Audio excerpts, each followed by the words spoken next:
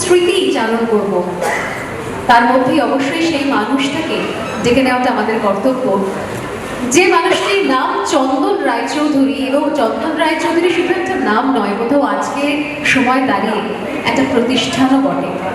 তাকে আমরা ডেকে নিই দেবাশিস দা। এরকম একটা লিখেছি, করাই যায় অনেকটা কাজ, থাকলে নিটোল টান, সুরের সাজ জানাতে আজ চন্দন অভিযান।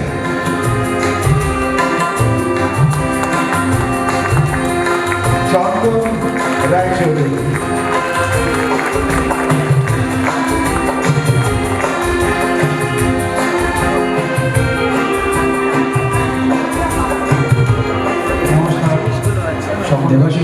প্রশ্ন করতে দাও না, আসলে তোমাকে দেখলেই আমার ওই স্মৃতির ছাপিটা কেমন বলে যে কিছু শোনার ধান দাও।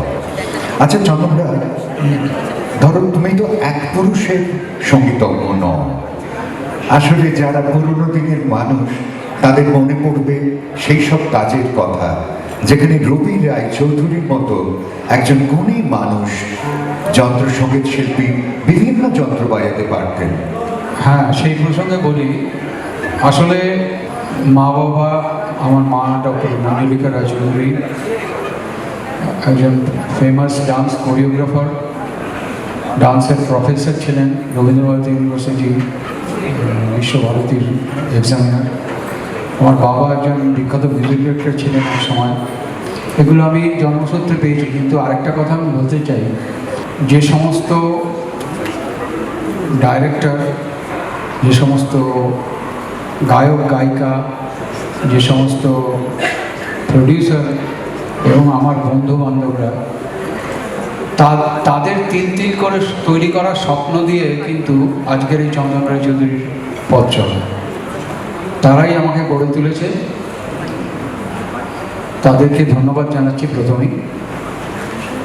আর স্মৃতির সিঁড়ি বেয়ে প্রথমেই বলতে চাইছি যে আমার প্রথম মিউজিক ডিরেকশনের ইন্সপিরেশন ছিলেন আমার মা ডক্টর মঞ্জুলিকা রায়চৌধুরী।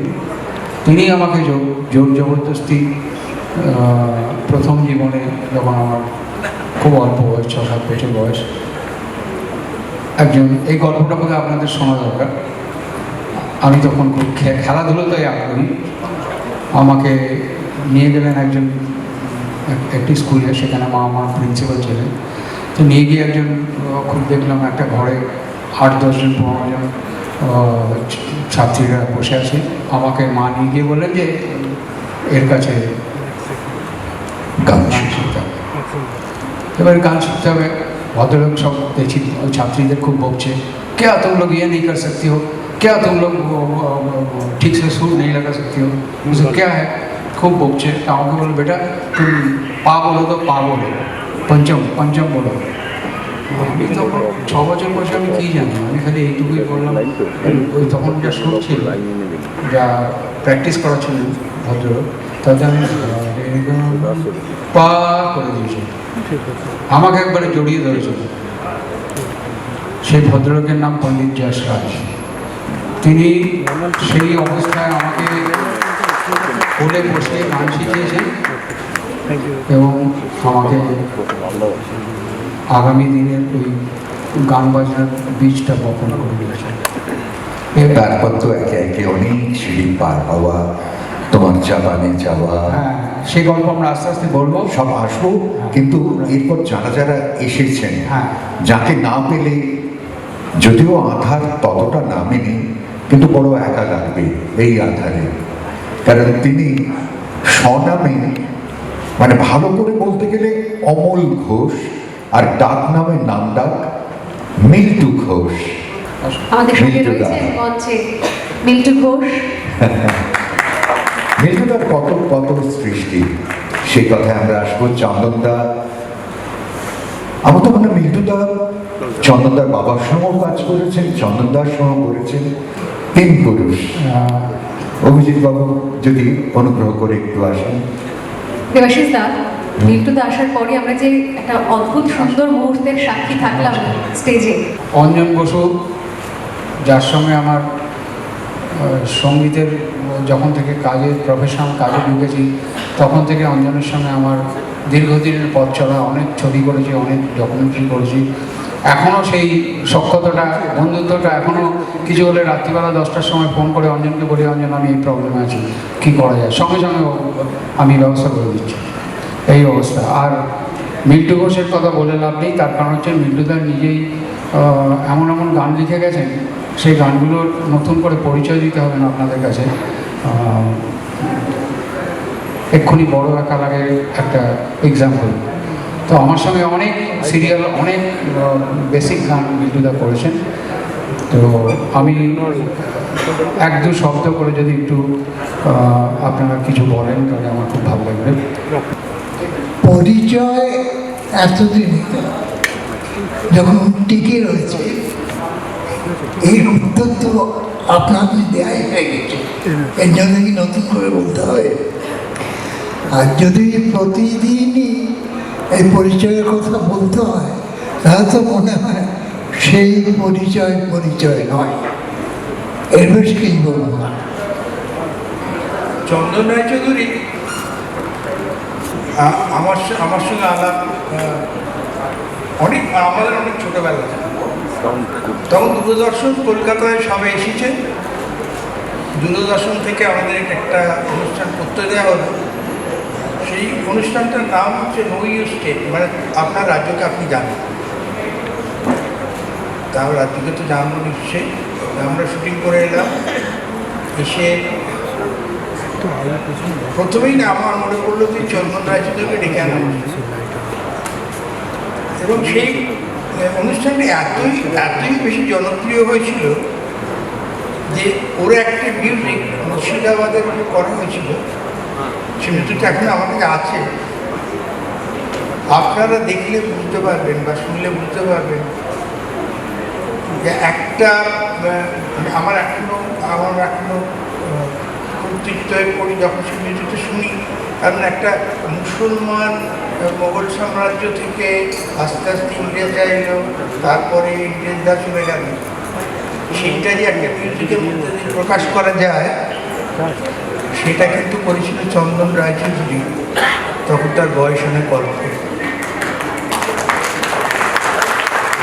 এবং তার যে নিজস্বতা এবং যুগের সঙ্গে পাল্টে আসা, আমরা প্রায় 50-60 বছর একসঙ্গে রয়েছি। এই গত সপ্তাহেও আমার একটা তথ্যচিত্রের মিউজিক তৈরি করেছে, সেটাও খুব শক্ত কাজ। সেটা হচ্ছে পেন্টিংস অফ শ্রীচৈতন্য, যেটা গত 500 বছর ধরে শ্রীচৈতন্যের প্রভাব, সেই তার যে মিউজিকটা করে রাখা এবং সেটাকে লাগানো, সেটা যখন আমরা লাগাচ্ছিলাম তখন আমার মনে হচ্ছিল শ্রীচৈতন্য বোধহয় দেখলে ভালো করতেন, তাকে নিয়ে এরকম ভাবে কেউ। এই যে এতটা অধ্যায় একটা মানুষ চলে এলেন এবং তাকে প্রকাশ করা আমরা ভিজুয়ালি আমরা দৃশ্যে অনেক কিছু করতে পারি, কিন্তু তাকে সঙ্গীতের মধ্যে দিয়ে প্রকাশ করা, তার মধ্যে যে পারদর্শিতাটা দরকার সেটাই আছে একমাত্র চন্দন রায়চৌধুরী। আমি এখনো বলছি, চন্দন রায়চৌধুরীকে পুরোপুরি মানুষ জানেনি। চন্দন রায়চৌধুরী নকল করেন না, চন্দন রায়চৌধুরী যেটা করেন সেটা নিজের মধ্যে থেকে করেন। অতিথিবাবুকে অনুরোধ করবো যদি কিছু বলেন, আজকে কেমন লাগছে এই মঞ্চে, খুব স্বল্প কথায়। চন্দনবাবু যে আজকে এই অনুষ্ঠানটা আয়োজন করেছেন, ওনার এই সঙ্গীত জীবনের ক্যারিয়ারের এই 50 বছর উপলক্ষে যে ওনার যে অভিযান আর কি সঙ্গীত জগতে, তো এই অনুষ্ঠানটা হোস্ট করতে পেরে আমাদেরও খুব ভালো লেগেছে। আমরা ওনাকে আরও ভালো কাজ করার জন্য অনুরোধ করব। আশা করি উনি আরও অনেক ভালো সঙ্গীত তৈরি করবেন। Thank you so much. এবার যে কথাটা বলতে চাইছি, দেবাশিস তুমি যেটা দিয়ে আরম্ভ করেছিলে। হ্যাঁ, যেটা আমরা জানতে পারলাম যখন মাত্র 6 বছর বয়স, তখন পণ্ডিত যশরাজের কাছে গান শেখা শুরু।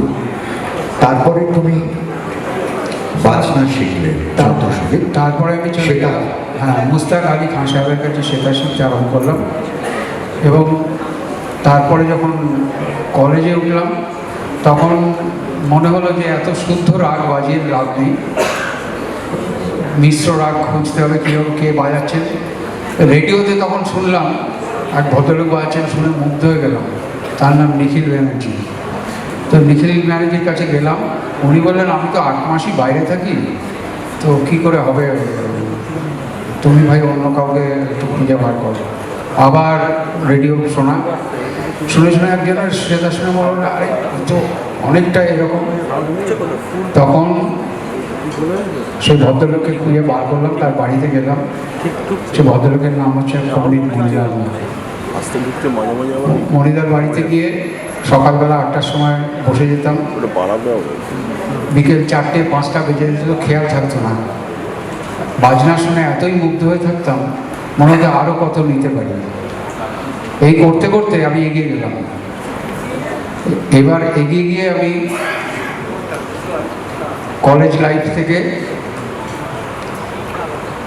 হঠাৎ জাপান চলে গেল। সেই জাপান প্রসঙ্গে তোমরা রেডি আছো?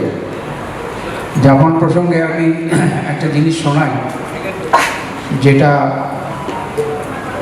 এখানে জোজো আছে, জোজো নিশ্চয়ই গানটা মনে হয় জানে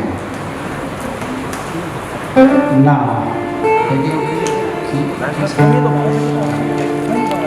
এই গানটা আমি ওখানে গাইতাম, ওখানে বারবার রেস্টুরেন্টে গিয়েছি অনেকবার। এটা হচ্ছে সায়োনারা নো আতোতে ওয়াতাশি নো কামিনি, মানে বুঝে দিই। একটু পরে আমি আমার ওয়াইফের থেকে বিদায় নেব। ও মই গাকে নাই আনাতা নো কুশিজুকে ওলে গাই দাকারা মাগো করো কবিতে হাই শীতে তো মই চিলো কাঞ্জি সাসেতে নে আনারে তাকুনাই কোইয়ানো ওয়াতাশি। এই গানটা এখানে জোজো বসে আছে, জোজো খুব ভালো জানে, জোজো হয়তো গাইতে পারতো আমার সাথে। যাই হোক, এই গানটা শুনে আমি মুগ্ধ হয়ে গেছিলাম। তারপরে আমি হঠাৎ একটা ছবির গান পেয়ে গেলাম, প্রথম মিউজিক ডিরেকশন। ছবির নাম কাগজের নৌকো। প্রথম গান জীবনে, প্রথম গান কিশোর কুমার।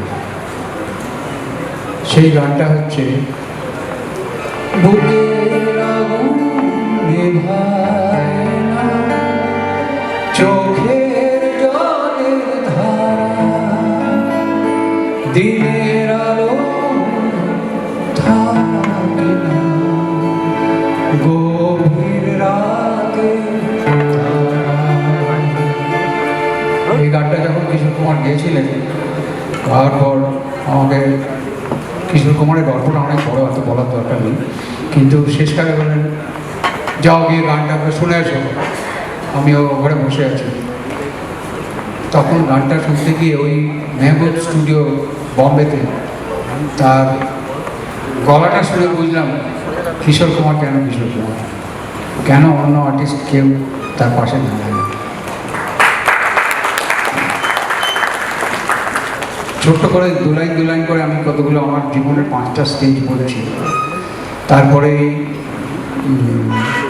আমি একটা সিরিয়ালে চান্স পেলাম। আমার প্রিয় বন্ধু রবি ওঝা, সে একটি সিরিয়াল করলো, সিরিয়ালটির নাম এক আকাশের নিচে। তো সেটাতে আগের দিন এরকম সময় আমার মনে হচ্ছিল বিকেলবেলা রবি হঠাৎ ফোন করে বললো কালকে সকালবেলা একটা গান রেকর্ডিং করতে হবে, গান পিকচারাইজ করতে হবে, সেই গানটা করে দেবো।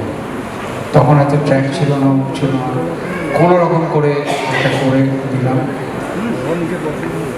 সেই গানটা ছিল এরকম। গানটা ফর্চুনেটলি ইন্দ্রাণীর কথায় আনফর্চুনেটলি আমি গিয়েছিলাম। ভাদর মেঘের গায়ে তারারা মুখ লুকায়, ভাদর মেঘের গায়ে তারারা মুখ লুকায়, চাঁদ বলেছে আসবে না আমায় ভালোবাসবে, ফুলেরা তো আর হাসবে না আমায় ভালোবাসবে না।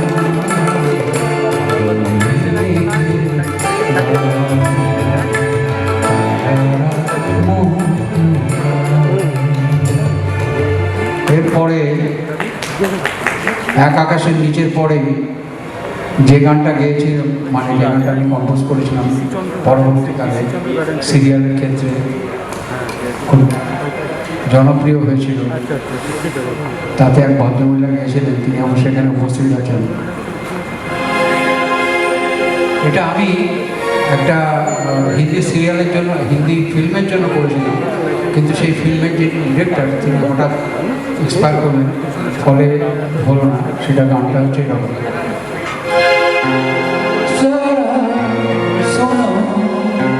तुम हमारी कामना झील में खिलता कमल, झील में खिलता जरा छुओ सांसों में तेरी रवानी, छेड़ती मीठी गजल, छेड़ती এখানে কেউ কেউ কি বলতে পারবেন কি গান ছিল? চুপি চুপি বাদল হাওয়া এসে ফিরে আসবে আবার, বলবে কিছু কথা তখন যেন চাঁদ রাত এসে চলে গেল,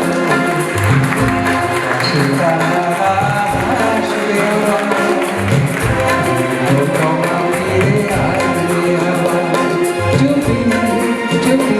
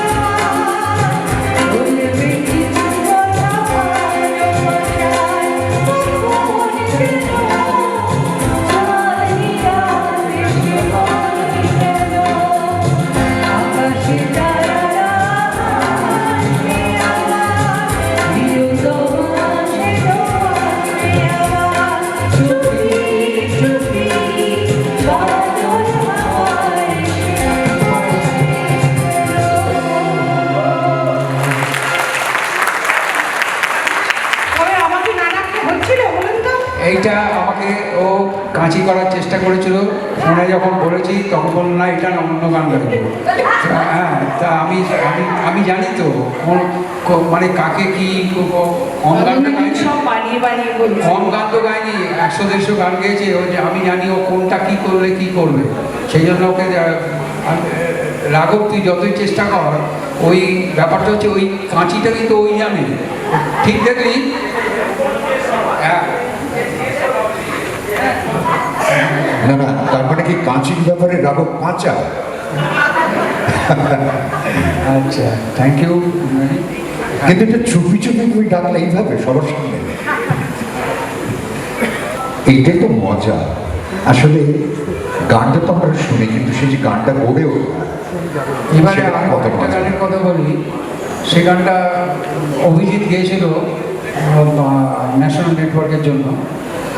সে গানটা কে কে বলতে পারেন? যে বলতে পারেন দেখি কজন হাত তুলতে পারেন।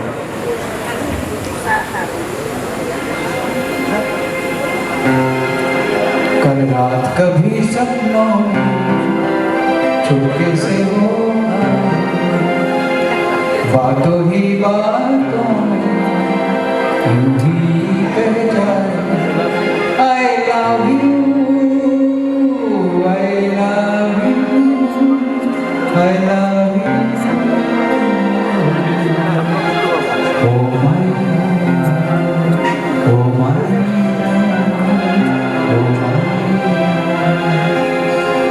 না, এখানে আমার দুজন চেনা ও বলতে পারবেন আপনি কি গান এটা? হ্যাঁ,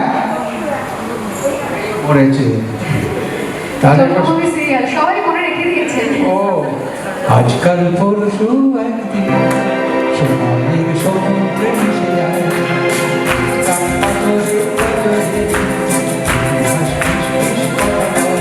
দিন বদলায়, রং বদলায়, মন তো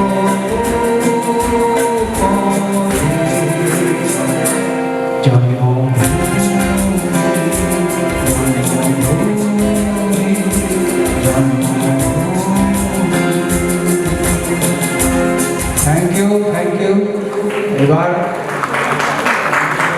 এইরকম করতে করতে আমার এগোনো, জন্মভূমি করার পর এখনো কাজ করে চলেছি, ওপরওয়ালা দিচ্ছেন তাই করছি। আর আমার একটা উল্লেখযোগ্য কাজ হয়েছিল 2017, সেটা হচ্ছে আমি একটা হিন্দি ফিল্ম করেছি এক থি রানী ऐसी भी, যেটাতে হেমা মালিনী বিনোদ খান্নার মুখ্য চরিত্র ছিলেন, বম্বে থেকেই হয়েছিল। তো সেই গানটা আমার খুব ভালো লেগেছে। এখন আমার যে নিটোল সংস্থা আমি যেটা গড়ে তুলেছি, তার মধ্যে থেকে একজনকে আমি ডেকে নিতে চাই। অনিন্দিতা সাহাকে ডেকে নিয়ে যান, দেখি অমৃতা। অমৃতাকে ডেকে নাও। অমৃতা কি রয়েছে আমাদের সঙ্গে? অমৃতা আছে আমাদের সঙ্গে। অমৃতাকে ডাকার একটা উদ্দেশ্য হচ্ছে, অমৃতা আমার গান করেছে, ও বম্বে থেকে গান করেছে 4টে গান। এই ব্যাপারে অমৃতা কিছু বলতে চাই। আপনারা এখানে যারা আছেন অনেকে আজকে প্রতিষ্ঠিত শিল্পী, তারা প্রত্যেকেই একটা জায়গা থেকে পথ চলা শুরু করেছিলেন। তো আমি সেই রকমই এখন আপনাদের মতন ওইভাবেই পথ চলা শুরু করেছি। লক্ষ্য একটাই, আমিও একদিন হয়তো একজন আপনাদের মতন প্রতিষ্ঠিত শিল্পী হিসেবে দাঁড়াতে পারবো, নিজের জায়গা করে নিতে পারবো। তো সেই স্বপ্নটা যিনি দেখিয়েছেন তিনি আমাদের শ্রী চন্দন রায়চৌধুরী, তার অবদান অনস্বীকার্য। প্রত্যেকটা মুহূর্তে আমাদের প্রত্যেকটা সময় যে উৎসাহ, যে অনুপ্রেরণা জুগিয়ে তিনি এতটা পথ এগিয়ে নিয়ে চলেছেন। তো তার জন্য যতটুকু পেয়েছি আর যতটুকু যা হচ্ছে ওইটুকুই প্রাপ্তি। তো আজকের এই বিশেষ দিনে একটাই কামনা করি, স্যার আমাদের মধ্যে আরো অনেকগুলো বছর থাকুন এভাবেই আমাদের উৎসাহ দিয়ে এগিয়ে নিয়ে যাওয়ার জন্য। আর আজকের বিশেষ দিনে ওনার জন্য আমার তরফ থেকে একটা ছোট্ট উপহার। আর যেহেতু এই অ্যালবামটা করেছি যে 4টি গান, তার মধ্যে 2টো গান রিজু রয় মিউজিক ডিরেক্টর সার্জারির ছেলে, ওনারও 2টো রয়েছে মিউজিক ডিরেকশন। এবং এই অ্যালবামটা করতে গিয়ে আমি স্যারের কাছেও যেরকম অনেক কিছু শিখেছি, তেমনি রিজুর কাছেও কিন্তু অনেক কিছু শিখেছি, জেনেছি যে নতুন গানগুলো কীভাবে গাইতে হয়, করতে হয়। তো রিজুকেও আমি একবার একটু ডাকছি। আমি ইন্দ্রাণীকে দেখে ভাবছিলাম, কেননা রিজু যখন ছোটো ছিল প্রথম ইন্দ্রাণীকে দিয়ে গান করেছিল, কিন্তু গল্পটা হচ্ছে ইন্দ্রাণী আমার গান যখন গায় তখন একরকম গায়, ওর গানটা এবার তুই গা ভালো করে গা, আমি শুনি, তখন কিন্তু অন্যরকমভাবে গানটা করে। আর আমার সময় অন্যরকম, আচ্ছা আপনি এই যে ধর্ম ছেড়ে দিন, আমি করে দিচ্ছি, এইসব করে। আর ওর বেলায় কিন্তু এটা করে না। তো এবার আমরা একটা লিটলের তরফ থেকে একটা ছোট্ট করে শোনাই কিছু।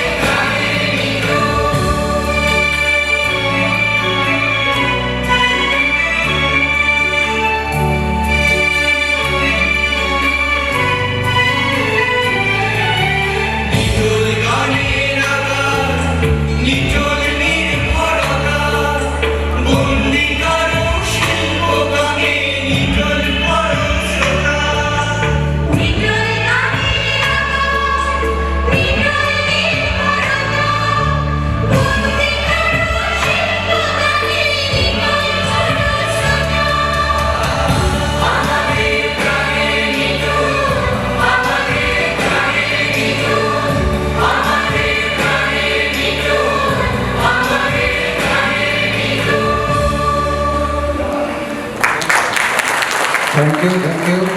এদের দীর্ঘদিন রয়েছে। আমার পুরোনো কথা মনে পড়ছে, যখন এরা শুরু করেছিল, দীপঙ্কর রিজুল একজন ফেমাস মিউজিক ডিরেক্টরের হাত ধরে, মৃণাল ব্যানার্জি আর বুদ্ধ, এইটাই পাওয়া আজকের দিনে, এই অঙ্গনে আলিঙ্গন। ওই তো অসামান্য guitarist, music arranger, music director, ওর কাজ অস্কার নমিনেশনও পেয়েছে। দীপঙ্কর সব সঙ্গীত শিল্পীদের সঙ্গে বাজিয়েছে।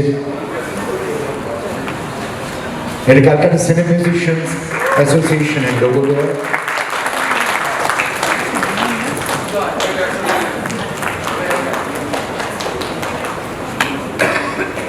চন্দা, একজনের কথা না বললেই নয়, তুমি যতই বারণ করো। আমি তার আগে একটু রিজুকে ডেকে আমি রিজু, যার জন্য রিজু হতে পারলো, তার কথা আমাকে বলতেই হবে। অবশ্যই অবশ্যই, এটা তো মানতেই হবে। কে বলো? সেটা আমি বলছি। সেদিকে একটা জায়গায় দেখলাম মনু সংহিতাতে একটা কথা লেখা রয়েছে, ভারী সুন্দর কথা। বলছেন একজন সাধারণ শিক্ষকের থেকে গুরু 10 গুণ বেশি পূজনীয়, পিতা 100 গুণ, মাতা পিতার সহস্র গুণ। অর্থাৎ মা মানে লক্ষ্যপূর্ণা। নিটলের যিনি মা মঞ্জুশ্রী রায়চৌধুরী, যিনি কত্থক এবং ভরতনাট্যমের গুরু, যার লেখা গান আমরা শুনলাম, তার ভারী সুন্দর, এই যে কত আবেগে, কত ভালোবাসায় তিনি লিখেছেন। দিদির সামনে দাঁড়িয়ে দিদির লেখাটাই পড়ি। অভিযান, কি সুন্দর লেখা। শুরু আমার জীবন যে গান দিয়ে, আজও সে গান স্বপ্ন বনে রাতে। শুরু আমার জীবন যে গান দিয়ে, আজও সে গান স্বপ্ন বনে রাতে। যাত্রা পথের সঙ্গী ছিল যারা, তারা অনেকে আগুন খাকি পোকা। স্বপ্ন বলল ঘুম ভাঙবার আগে, চন্দন তুই চাঁদের টিপে সাজ। একলা সাজে সুখের স্বাদ নেই, সঙ্গী সেসব আলো কণাদের। তাই দেখেছি গান শোনা দিয়ায়, আজও যারা সূর্য ছেঁচে খায়। রিজু তো আমাদের সঙ্গে রয়েছেন। আচ্ছা, রিজুর পরিচয়টা নেই। রিজু কিন্তু রিজু, অর্থাৎ চন্দনদার পুত্র রবি রায়চৌধুরীর পৌত্র, যে কিনা এখন বম্বেতে গিয়ে যথেষ্ট নাম ডাক করে ফেলেছে। সেটা আমাদের গর্ব, আমাদের গৌরব। আমার রিজুদার কাছে একটাই প্রশ্ন, মানে আজকে যেহেতু অভিযানের মঞ্চে আমরা রয়েছি, চন্দন রায়চৌধুরী এই নামটার সঙ্গে সিআরসি, বাবা শিক্ষক নাকি সঙ্গীত পরিচালক, কোনটা সব থেকে বেশি? এটা না খুব শক্ত কোয়েশ্চেন পেপার। এ বেসিক্যালি দেখতে গেলে বাবা হিসেবে আমি না খুব কম পেয়েছি। সাধারণত বেশিরভাগ সময় স্কুলে দাঁড়িয়ে আছি, বাবা আসতে ভুলে গেছে, প্রিন্সিপাল ফোন করেছে, আরে আপনার ছেলে এখানে আছে, বললো বাবা তখন না গান গাওয়াচ্ছে, কাউকে বলে হ্যাঁ রেকর্ডিং আছে, পরে ফোন করছে। যা বাবা, এবার আমি ওখানে খেলে ফেলে 6:30 সময়। সেই জন্য বাবা হিসেবে আমি কম চিনেছি। যতটাই চিনেছি চন্দন রায় হিসেবেই চিনেছি। এবং স্টুডিওতে গিয়েও, মানে ক্লাস 11-12 থেকে যে স্টুডিওতে গিয়ে যা চিনেছি, সেটা চন্দন রায়চৌধুরী হিসেবে চিনেছি। বাবা হিসেবে পরে আস্তে আস্তে এই সব কিছু মিলিয়ে চিনতে পেরেছি বেসিক্যালি। আর এই যে আমার যে মিউজিক ডিরেকশনের যে কাজ করা বা জাকুচি, সেটা আমার মতে মিউজিকের ইন্ট্রিকেসিস অনেক কিছু শিখেছি, কিন্তু মিউজিক ডিরেকশনটা না এভাবে শেখা যায় না, ওটা থাকতে হয় তবে হয়, এটা আমার মনে হয়। তো কারণ কি, অনেক কিছু যেরকম how to handle the singers, how to create the song, এবং বাবার কাছ থেকে যেটা শিখেছি সেটা হচ্ছে যে একটা গানকে মানে একটা স্যাটেলাইট ভিউ থেকে দেখে, সেটা গানের সাথে একটা অ্যাটাচমেন্ট থেকে সরে এসে ডিট্যাচ হয়ে সেই গানটা কতটা ভালো করা যেতে পারে, কোন জায়গায় কোন মুরগিটা না লাগালেও চলে। এই মুরগির কথা মনে পড়লে গেল, ছোটোবেলায় না ওই নচিকেতা কাকু আসতো বাড়িতে, এবার প্রত্যেক দিন ঝগড়া, কি ওখানে একটা গান বানিয়েছে বাবা, এবার নচিতা গান গাইছে, চলো না এই মুরগিটা একটু এরকম করে দেবো, একদম চলবে না, একদম সোজা গাইবে তুমি। এইটা নিয়ে রোজ ঝগড়া হতো। কিন্তু আরেকটাও খুব ইম্পর্টেন্ট কথা, যে আমি জীবনে প্রথম যে গান গেয়েছি, আমি তো এমনিতে সিঙ্গার খুব একটা ভালো নই, তো আমি গানটা বানাই, কিন্তু প্রথম যেটা গেয়েছি সেটা নচিকেতা কাকুর গান গেয়েছি। আমি যখন ক্লাস 5-6-এ পড়ি, আমার বাবা হঠাৎ বললো, বাবা তোমায় কি বলেছিল, নচিতা কি বলেছিল তোমাকে তখন? আমাকে বললো এই আপনার ছেলে, আমি 5-6-এ পড়াশোনা করি তখন, সবে অল্প অল্প। আমি তো জানি না ও কি পড়ে, 6-এ পড়ে 5-এ পড়ে তাও জানতাম না। বললো আপনার ছেলেকে নিয়ে গান করাতে যাবো, ওই একটা প্রোগ্রাম আছে। নচি তো সবসময় একটা খুব সাংঘাতিক কিছু, ও কি গান করবে, কি এখন না না ও হবে, আপনাকে ভাবতে হবে না, আমি নিয়ে যাচ্ছি রিহার্সালে। ওই নিয়ে যেত, ওই বলে প্রোগ্রামের দিন প্রোগ্রাম করে এলো। আমি কি পেরেছি না, প্রোগ্রামের দিন সব থেকে হাইট হয়েছে। সেটা হচ্ছে, একে তো আমি একটু গানটা গাইলে তাহলে মুখটা গাইছি। অন্ধকার সরণি জীবন সম্মুখে বহিয়া যায়, অন্ধকার সরণি জীবন সম্মুখে বহিয়া যায়, হে হৃদয় তবু জীবনের জয়গান গায়, অন্ধকার সরণি জীবন সম্মুখে বহিয়া যায়। এবার এরপরে গানটা তো গাইছি, এদিক ওদিক গিয়ে এবারে দেখছি যখন অন্তরার সময় দেখছি অনেক লোক বসে, মা ওই দূরে বসে আছে, বাপু বসে আছে, আমি না ওদেরই খুঁজছি বেশি। এই করতে করতে লাস্ট অব্দি অন্তরটা এসে নচিকেতা বলল, কাকু বললো এই ধরো, আমি না হ্যাঁ ও, এরকম করতে করতে সব তবলা ফবলা ছেড়ে চলে গেল। তো সেইটা হচ্ছে আমার প্রথম, যদিও বাবা আমার মিউজিক ডিরেক্টর, কিন্তু গান গাইয়েছি কিন্তু প্রথম নচিকেতা কাকু হবে।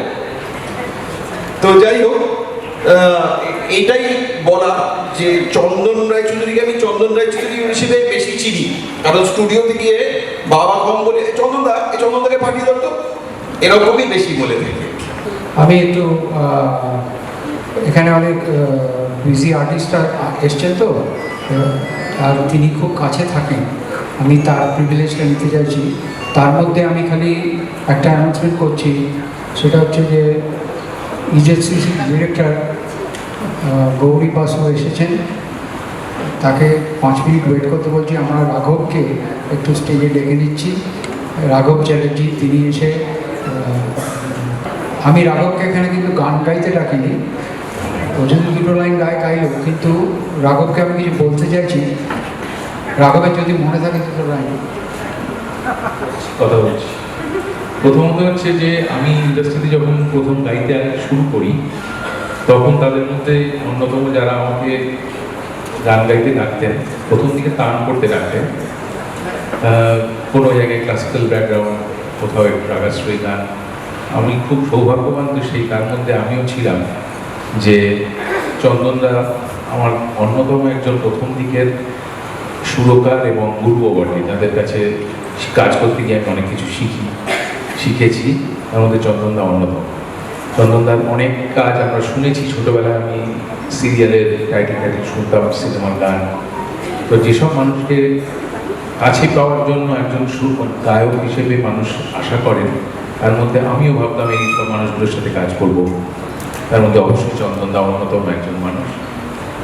এবং সবচেয়ে বড় ভালো লাগার যেটা, সেটা হচ্ছে চন্দনদা এত সিনিয়র একজন মিউজিক ডিরেক্টর হয়েও আমি যখনই প্রথম থেকে কাজ করতে গেছি, কাজ করার পরিবেশটা কোনোদিনই গম্ভীর ছিল না, সেটা আমার কাছে খুব কমফর্টেবল লাগতো। চন্দনদার সাথে কাজ করাটা মানে হচ্ছে হই হল্লা, খাওয়া দাওয়া হচ্ছে, আড্ডা হচ্ছে, তার মধ্যে গান রেকর্ড হচ্ছে। চন্দনদা কখনো কোনো কিছু উপরি চাপিয়ে দিত না। আমি অনেক মিউজিক ডিরেক্টরদের সাথে কাজ করেছি, কলকাতাতে কেউ বাদ নেই, বম্বেতেও বহু লোকের সাথে কাজ করেছি, কিন্তু চন্দনদাকে দেখতাম, চন্দনদা খুব ফ্রিডম দিতেন। এটা আমার খুব ভালো লাগতো, যেহেতু আমি একটু নিজের মতন করে গান প্রেজেন্ট করতে চাই।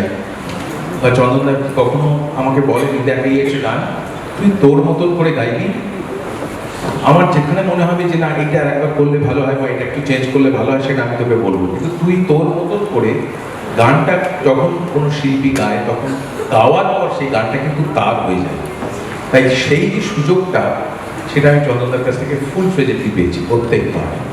আমি অনেক সিরিয়ালের গান, বিজ্ঞাপন, সিনেমা, বেসিক অ্যালবাম, যত রকমের সাংগীতিক কাজ হয় তার অনেকগুলোই চন্দনদার সাথে করার সুযোগ পেয়েছি এবং আমি খুবই সৌভাগ্যবান যে কলকাতার অনেক আমার থেকে অনেক সিনিয়র এবং অনেক গুণী মানুষদের পাশাপাশি চন্দনদার সাথে কাজ করার সুযোগ আমার জীবনে হয়েছে। আমি বেশ কিছু গান চন্দনদা গেয়েছি, কিন্তু হয় কি অনেক ধরনের গান মাঝখানে যেসব গানগুলো হয়তো সেভাবে রেগুলার গাওয়া হয় না বা সেভাবে হয়তো বিরাট জনপ্রিয়তা হয়তো আমার পাইনি আমার সেরকম কোনো গান, যার ফলে সব গান মনে থাকে না। আমার একটা গানের 4টে লাইন আমি খুঁজে পেয়েছিলাম বলে সেটা হাতের কাছে রেখেছিলাম, সেটা চন্দনদার একটা সিনেমার গান, সেটা একটা গজল টাইপের গান।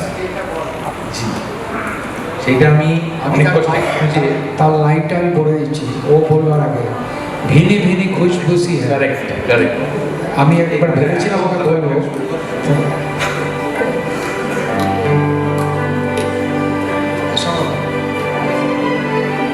भीनी भीनी खुशबू सी है, भीनी भीनी खुशबू सी है, लिखे हवा कोई नगमा, सुनो जरा तुम सोनो में, सुर है सपने आशाओं की सरगम, भीनी भीनी खुशबू सी है, लिखे हवा कोई नगमा, सुनो जरा तुम सोनो में, सुर है सपने आशाओं की सरगम, भीनी भीनी खुशबू सी है, भीनी भीनी खुशबू सी है। Thank you very much. Thank you. অসাধারণ অসাধারণ রাঘবদা। নমস্কার।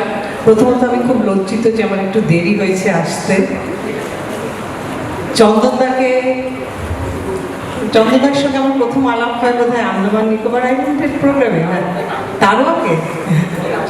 হ্যাঁ, রাঁচি। আচ্ছা, রাঁচিতে আলাদা, এটা কিন্তু খুব সিগনিফিক্যান্ট। যখন কেউ আমাকে পাগল বলে তার প্রতিবাদ করি আমি। সেখানেই আলাপ এবং সেখানে 7 দিন আমরা একসঙ্গে। আমাদের আসলে প্রত্যেকটা প্রোগ্রামে ইউজুয়ালি চন্দনদা আমার ইজেডসিসির জন্য অক্টেভের সব মিউজিক ডিরেকশনটা করতেন এবং অক্টেভ মানে হচ্ছে festival of the north east, এবং নর্থ ইস্টের 8টা স্টেটের নানা রকম মিউজিশিয়ান আসতো এবং তাদের মিউজিকটাকে একসঙ্গে, হ্যাঁ সেই জন্যই অক্টেভ নাম, এবং সেটাকে একসঙ্গে করা কিন্তু খুব কঠিন কাজ, because they are very different musical instrument, কিন্তু চন্দনদা প্রত্যেকবার use to do a great job. আসলে he knows Indian classical and Western. হ্যাঁ, and he also knows a lot of folk music. That I came to know. ইজেডসিসিতে কাজ করতে করতে উনি সেটা শিখে নিয়েছেন। তাহলে থ্যাঙ্কস টু গৌরী। না, not to me, thanks to EZCC. Actually আমরা যেতাম, উনি মিউজিক ডিরেক্টর হিসেবে যেতেন, আমাদের সময় কাছাকাছি কাজ করতাম আর আমি মাঝে মাঝে বলতো এইটা চাই, এই এই মিউজিকটা এখানে দেবেন, ওই এই করে করে মানে আমার অনেকটা। এবং উনি কিন্তু পুরো কাজটা কলকাতা থেকেই করে যেতেন, তাই জন্য উনি খুব, আমরা যখন যেতাম খুব রিল্যাক্স থাকতাম, আর আমাদের কাজটা তো শুরু হতো বিকেল 7টার পর থেকে, সুতরাং সারাদিন আমরা কিন্তু খুব হই হই করতাম, খুব আড্ডা। এবং এইভাবে আমরা অনেক অনুষ্ঠান একসাথে করেছি। এবং চন্দন, আমি এটা বিশ্বাস করতে চাই যে তুমি আমাকে ডেকেছো as your friend and not as director of EZCC. এটা তোমার বলাই বাহুল্য, কিন্তু লোকে তো জানছে যে তুমি ইজেডসিসির ডিরেক্টর হয়ে এসছো। Not an important It is a direct friendship. That's all. It's a direct friendship. আর দেবাশিসদার সঙ্গে তো আমি কত অনুষ্ঠানে সঞ্চালনা করেছি একসাথে। এই আমার বক্তব্য আছে এবার স্কুল সম্বন্ধে। আমি কিন্তু I am very proud of my school, Scottish একমাত্র স্কুল। হ্যাঁ, আমাদের স্কুলের বন্ধুরা এখনো আমরা আমাদের ব্যাচের বন্ধুরা একসঙ্গে থাকি, একসঙ্গে। তুই একা কেন? সব কোথায় তারা?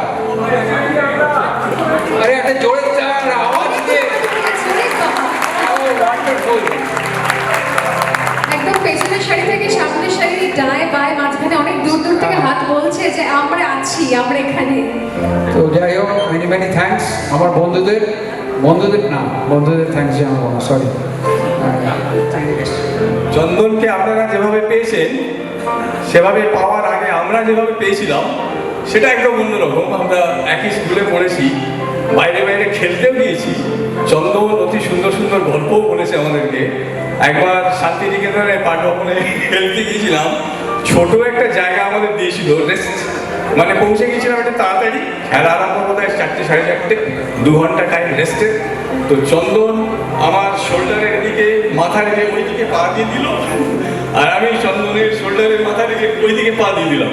ছোট জায়গা, যেরকমভাবে আমাদের যাত্রা শুরু হয়েছিল, এই চন্দনকে আমরা যেভাবে পেয়েছিলাম সেটাই আমাদের বেশি মনে আছে। আর স্কটিশের ছেলেরা এই চন্দনের এই 60 ইয়ার্সকে ফেলিসিট করার জন্য এই দুটো বয়স বলা বারণ ছিল। এটা হচ্ছে দুটো বই আনা হয়েছে, একটা মঞ্জুশ্রী, কারণ মঞ্জুশ্রী পাশে না থাকলে তো চন্দন এভাবে উঠতই না, আর একটা চন্দন, এই দুটো বই স্কটিশের ছেলেরা এনেছে, সেটা দিয়ে দিই। এই যে ল্যাং মারা কথাটা না আমি একদম পছন্দ করি না। এই যে উঠতে পারতাম না, সেটা হয়তো সত্যি পারতাম না, সেটা নিয়ে আমার বলার নেই, কিন্তু আর আমি আমার স্কুল নিয়ে খুব গর্বিত। Scottish church collegiate school. যে ছেলেটি এখানে দাঁড়িয়ে করছে না, দীপঙ্কর, তার সম্বন্ধে একটা কথা বলি। দীপঙ্কর আমার ছোটোবেলায় আইডিয়াল ছিল। তার কারণ দীপঙ্কর, আমার মনে আছে, ওর মনে আছে কিনা জানি না, ক্লাস 6-এ পড়ার সময় আমাদের একজন টিচার ওকে একদিন খুব, এই লাস্ট বেঞ্চের আগের বেঞ্চিতে বসতো, খুব কিছু মানে সে ভদ্রলোক খুব সফটলি ওকে অনেক কিছু বলছিল। আমার এখনও সিনটা মনে আছে, ও দাঁড়িয়ে ঝরঝর করে কেঁদেছিল শুধু। তারপর থেকে ক্লাস 7 থেকে দীপঙ্করের পরিবর্তনটা দেখতে আরম্ভ করলাম। দেখতে দেখতে ও যখন ক্লাস 10, আমরা 11 হায়ার সেকেন্ডারি দিয়েছি, ও যখন 11-এ এলো, ও তখন শুধু আমাদের ক্লাসের ফুটবল, ক্রিকেট ইত্যাদির ক্যাপ্টেন নয়, ও তখন একটা স্টার পাওয়া ছেলে, যে আমাদের স্কুল গ্লো হয়েছিল, আমার মনে হয় তাই। আচ্ছা, একটা জিনিস আমরা বলি, আপনারা এটা একটু ইমাজিন করুন, চন্দন রায়চৌধুরীকে ও খেলতো রাইট হাফে খেলতো আমাদের স্কুল টিমে, আর ও কিন্তু হি ওয়াজ কেপেবল অফ রানিং ব্যাকওয়ার্ডস, মানে সোজা দিকে তাকিয়ে পেছন দিকে ছুটতে পারতো আর কি, বলকে মানে ঠিক ইয়েতে কন্ট্রোলে রাখার মতন করে। সেটা একটা অদ্ভুত জিনিস, চিন্তা করলে মানে এখন অবাকই লাগবে। একটা শর্টস পরে চন্দন আমাদের স্কটিশের জার্সি পরে পেছন দিকে দৌড়াচ্ছে আর কি। Anyway, two cut a long story short, ওইটা আমাদের গিফট আমি দিয়ে যাবো, আপনারা শুনবো।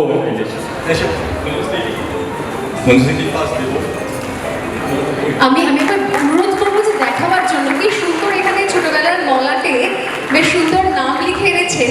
এটা কিন্তু দেখার মতো, মানে এই জিনিসটা না থাকলে বোধ হয় সেই নস্টালজিয়াটা বলা কমপ্লিট হবে না, যেখানে মলাটের উপর সুন্দর করে চন্দন এবং মঞ্জুশ্রী নাম দুটো লিখে নিয়ে আসা হয়েছে। আমাদের গল্প কথা জারি থাকবে, কিন্তু আমরা তো একটা গানও শুনবো নাকি? এমনই একটি মানুষ যে কিন্তু একটু প্রচার বিমুখ বলতে বাধ্য হচ্ছে, একটু লো লেভেলে চলতে ভালোবাসে, কিন্তু কাজ করে যায় প্রতিনিয়ত। আজকের তো কথা নয় চন্দন, হ্যাঁ, কবেকার কথা। বাঙুরে বিনোদে একসঙ্গে প্রজেক্ট হচ্ছে গঙ্গা, হ্যাঁ বলো। তো এই শুরু, চন্দনের সেই গীতি আলেখ্য তৈরি হবে নানা রকম। আর আমরা গান বাজনা শুরু করতে যাচ্ছি, তখন চেষ্টা করছি কোথাও যদি একটু সুযোগ পাই। সেই অবস্থায় চন্দন ওই প্রভু যীশু খ্রিস্টের ওপর কিছু প্রজেক্ট। জয়ন্ত চৌধুরী ছিলেন বিখ্যাত আকাশবাণীর ঘোষক। জয়ন্তদা, চন্দন সবাই মিলে ওই খ্রিস্টীয় সঙ্গীত আমরা রেকর্ড করতাম, বাংলা গান। এবং ওই গান করতে করতেই হাতে মানে আমাদের স্টুডিওতে গান করার প্র্যাকটিস তৈরি হলো, অভ্যেসটা তৈরি হলো। তো চন্দন প্রচুর কাজ করেছে, প্রচুর, আপনারা জানেন সবাই, আমিও জানি। এবং নীরবেই কাজ করে চলেছে, বহু শিল্পী গান করেছে, তাদের বহু গান বিখ্যাত হয়েছে। ওর জন্য আমার আন্তরিক শুভেচ্ছা রইল, ওর পরিবারের সকলের জন্য। ওর স্ত্রীর অবদান আমি জানি, ও ছেলে এখন কত বড় হয়েছে, কত নাম করেছে। চন্দনের বাবা রবিদা ছিল হেমন্তদার খুব পছন্দের একজন যন্ত্রী। রবিদার বাজানোর ভাইবোফোন আমি আজ পর্যন্ত ওই টোন পাইনি কোথাও। আপনারা যত গান শুনবেন, দাদার কীর্তির চরণ ধরে গানটা যখনই শুনবেন, ভাইবোফোনের আওয়াজ পেলেই জানবেন রবি রায়চৌধুরী অনেক গণনা পাবে, প্রচুর। এবং সেই রবিদার ছেলে চন্দন সার্থক অর্থে এমন সৌরভ ছড়িয়েছে। এবং ও সব থেকে বড় গুণ, ছোটদের নিয়ে, অনামীদের নিয়ে কাজ করার যে সাহস চন্দনের প্রথম থেকে, তার কোন দাম। তো সুতরাং ওর দীর্ঘ জীবন, সুস্থ জীবন চাই, সঙ্গে সহধর্মিনীকেও চাই, আর ছেলে তো আছেই। আপনাদের সকলের ভালোবাসা, শুভকামনা চাই। আর একটা লাইন চন্দনের সুর করা সেই যীশু খ্রিস্টের গান, চিত্রবাণীর বড়দিন এলো আজ খুশির নিমন্ত্রণ, বড়দিন এলো রে ভাই খুশির নিমন্ত্রণ, বড়দিন এলো রে ভাই খুশির নিমন্ত্রণ।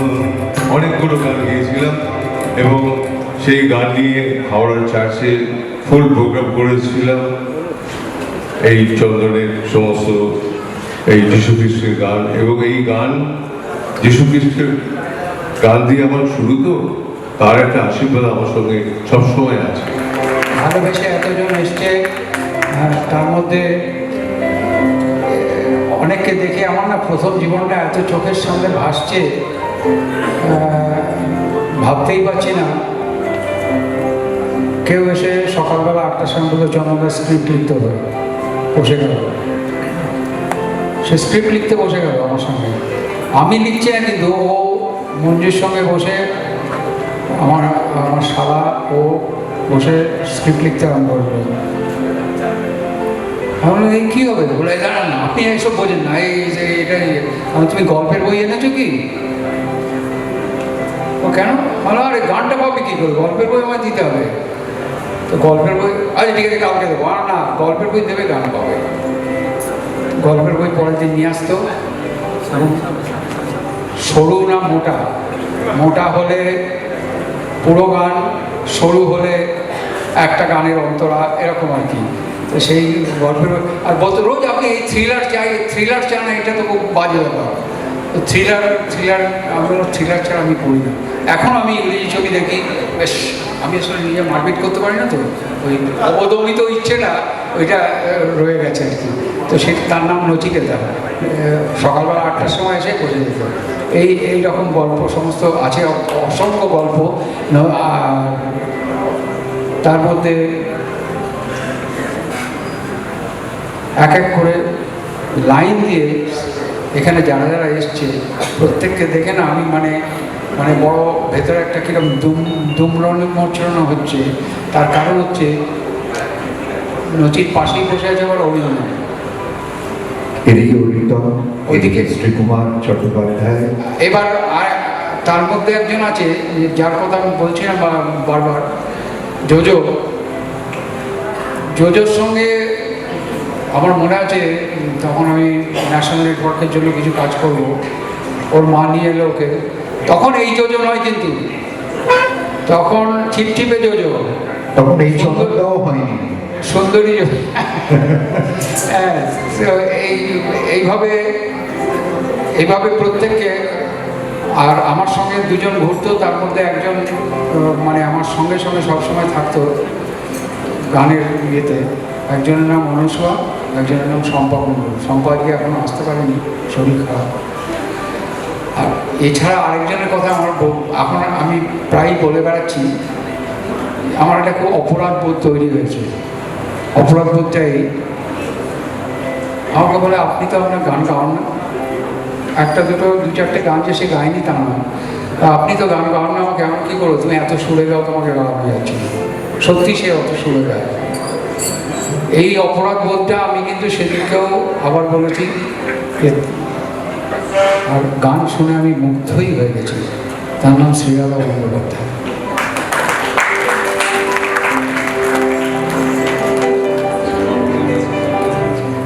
আচ্ছা, একটা ইয়েতে খবর পেলাম, এই যে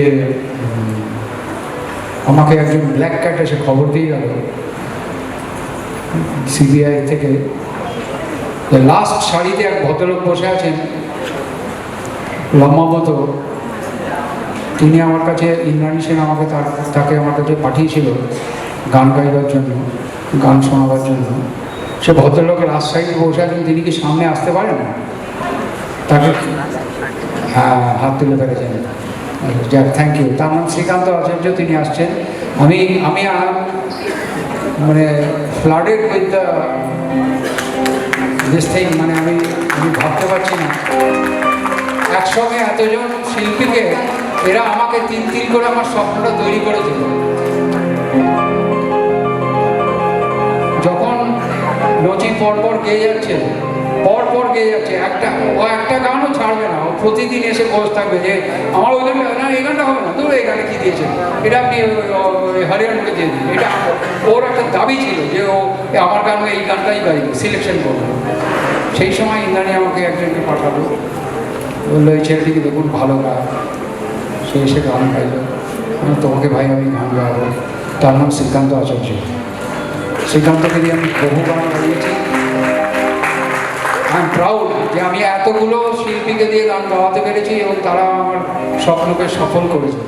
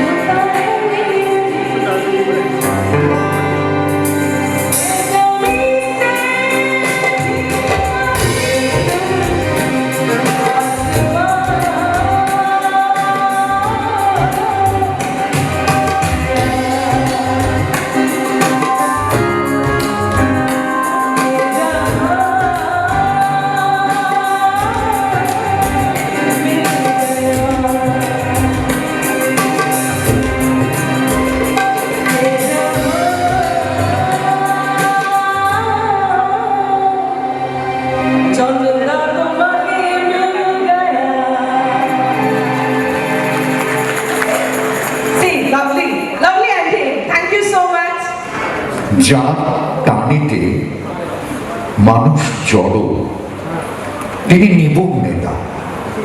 যার টানেতে মানুষ জড়ো তিনি নিপুণ নেতা। যার গানেতে মানুষ বড় তিনি নচিকেতা। আবার স্টেজে কি বললো নজি বললো আমার এক্ষুনি চলে যেতে হবে, আমাকে এক্ষুনি পেছনে লাগতে হবে, স্টেজে গিয়ে আমি পেছনে লাগবো। আর ঠিক আছে যা করার করো এসব। হ্যালো হ্যালো হ্যালো হ্যালো, কিন্তু কিন্তু একটা শর্ত আছে, গানটা গাইতে হবে। হ্যাঁ গাইব, আমি অনেক কিছু গাইব। আমি চন্দনদার সাথে আমার পরিচয় যদি না হতো তাহলে বোধ হয় আমার এই ইন্ডাস্ট্রিতে আসাই হতো না। তাই হতো না, ঠিকই বলেছি। আমি এত লাজুক, এই কথা বললে কেউ বিশ্বাস করবে না আজকে। আমি এত লাজুক ছিলাম যে কিছুই বলতে পারতাম না, গান গাওয়া তো দূরের কথা। তো চন্দনদার সাথে আমার পরিচয় হয়েছিল। চন্দনদা আমাকে এই গান গাইয়েছিলেন, একটি নয় অনেক গান গাইয়েছিলেন। তো তার মধ্যে একটি গান খুব পপুলার হয়েছিল, সেই গানটা আমি গাইনি। ই মেজার দাও।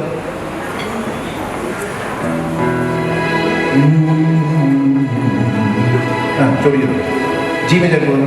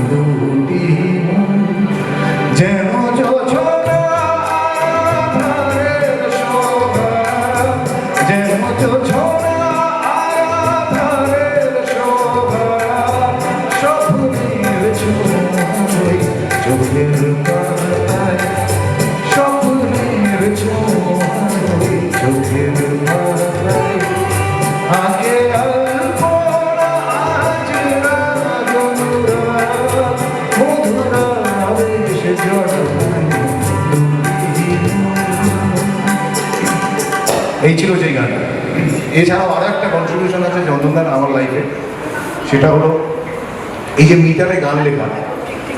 এটা প্রথম আমি চন্দনদার কাছেই করেছিলাম কাজটা। আমার মনে আছে, জীবনের দাও।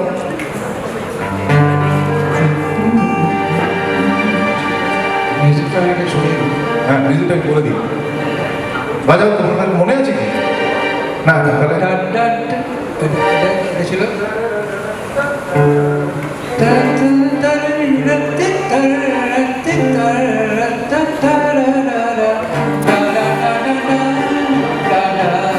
চন্দনদা একটা ব্যাকগ্রাউন্ড মিউজিক করেছিলেন এরকম।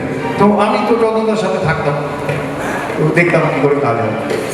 তো একটা বললেন আমি সেম জিনিসটা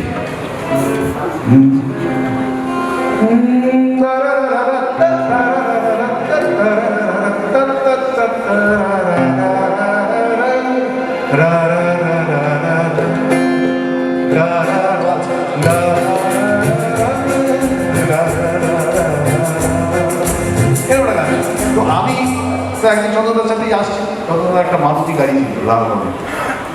তো সেই গাড়িতে করে আসছি, একদিনকে একটু ভয় ভয় বললাম। সবসময় খুব একটা মারমুখো থাকতেন, ঠিকই বলেছেন যে মারামারি করতে পারতেন না, দুর্বল লোকেদের চিৎকার করতেন। তারপরে আমি এবং বৌদি ছিলাম, বাবুও ছিল। তো আমি বললাম যে চন্দনদা এটাকে কথা বসালে কেমন না? শুনলেন খুব মাইনিউটলি। 3 দিন বাদে দিকে ওই গানটাই হচ্ছে। সবাই এক নামই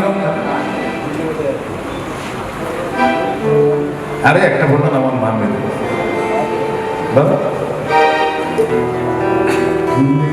সেমই হচ্ছে। একটা বলতে নামবে কেন? রিমঝিম রিমঝিম সারাদিন বৃষ্টি করে স্বপ্নের জাল সৃষ্টি, যেন বাদলের প্রথম উপহার। বাদলের প্রথম উপহার, বেগুন বাতাস ছুঁয়ে আকাশ, অঙ্গেতে এঁকে যায় অঙ্গীকার।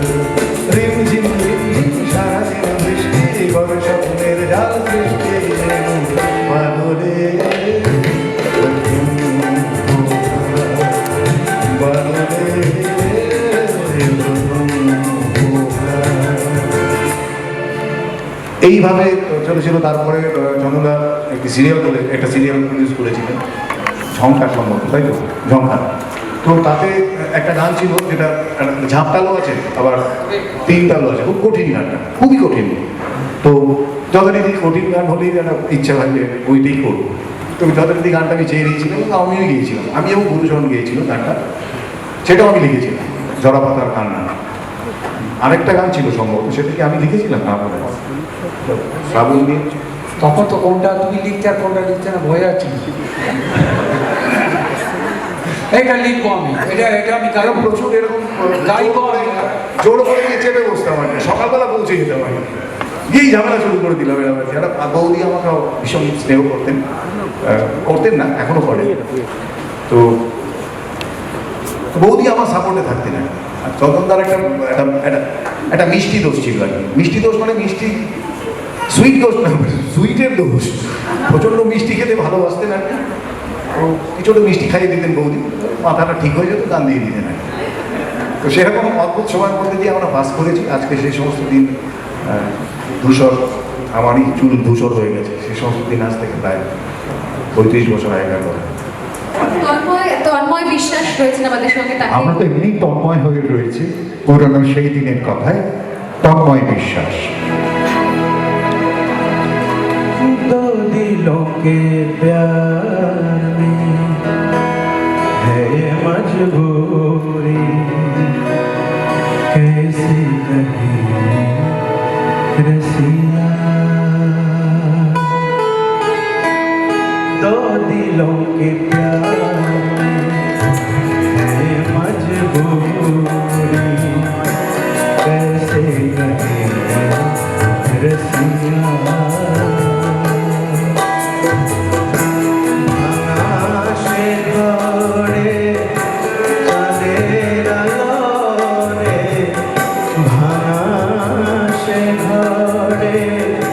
চাঁদের আলো রে কোথায় রাখি ভরিয়া, ও कैसे कहे रसिया। दो दिलों के प्यार में है मजबूरी, कैसे कहे रसिया।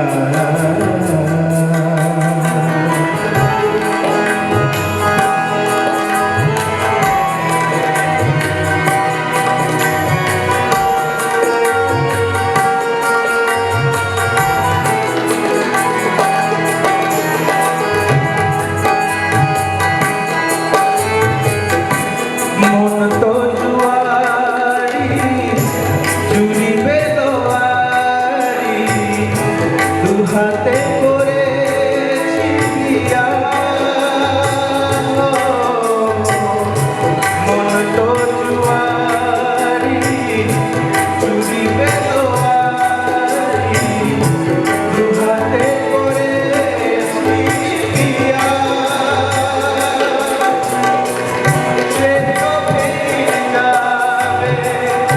নিজেকে হারাবে আখি নদীতে ভাসিয়া, ভাঙা সে ঘরে চাঁদের আলো রে কোথায় রাখি ভরিয়া। कैसे कहे रसिया। दो दिलों के प्यार में है मजबूरी, कैसे कहे रसिया।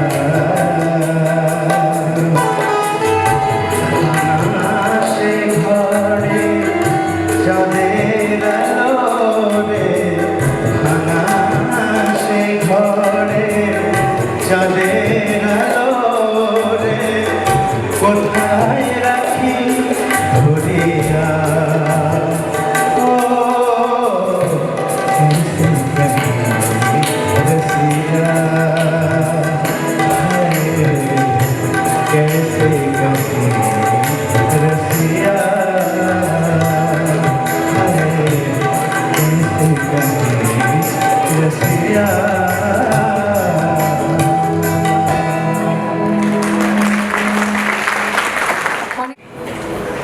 কবি বিরুল দাশগুপ্ত একটি কবিতাও এই গানের সঙ্গে যুক্ত করেছেন। তো আমি কবিতাটা আগে বলে নিই, গানটা গাইছি।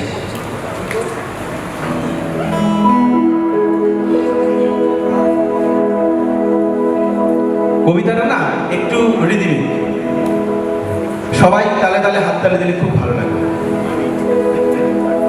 হাতের তালুর ওপর যেমন হাজার আঁকি বুকি, হাতের তালুর ওপর যেমন হাজার আঁকি বুকি, আমার জেলার চতুর্দিকে তেমনি নদীর উকি। ঘরে নদী, বাইরে নদী, নদী উঠোন জুড়ে একটি নদী আমার গায়ে জল দিয়েছে ছুঁড়ে। সে যে ছুড়ুক নদী, ছুড়ুক নদী, উড়ুক নদী, ঘুরুক পায়ে পায়ে, আবার যাব অন্তে ইলিশ পদ্মা নদীর নায়ে। আমি আবার যাব, আমি আবার যাব, তোমায় পাবো, বলবো তোমার খোল। সব ভুলে যাই তাও ভুলি না বাংলা মায়ের খোল। আমি টাকডুম টাকডুম বাজাই, আমি টাকডুম টাকডুম বাজাই বাংলাদেশের খোল। আমি টাকডুম টাকডুম বাজাই। সব ভুলে যাই, সব ভুলে যাই তাও ভুলি না বাংলা মায়ের খোল। টাকডুম টাকডুম বাজাই বাংলাদেশের খোল। আমি টাকডুম টাকডুম বাজাই বাংলাদেশের খোল।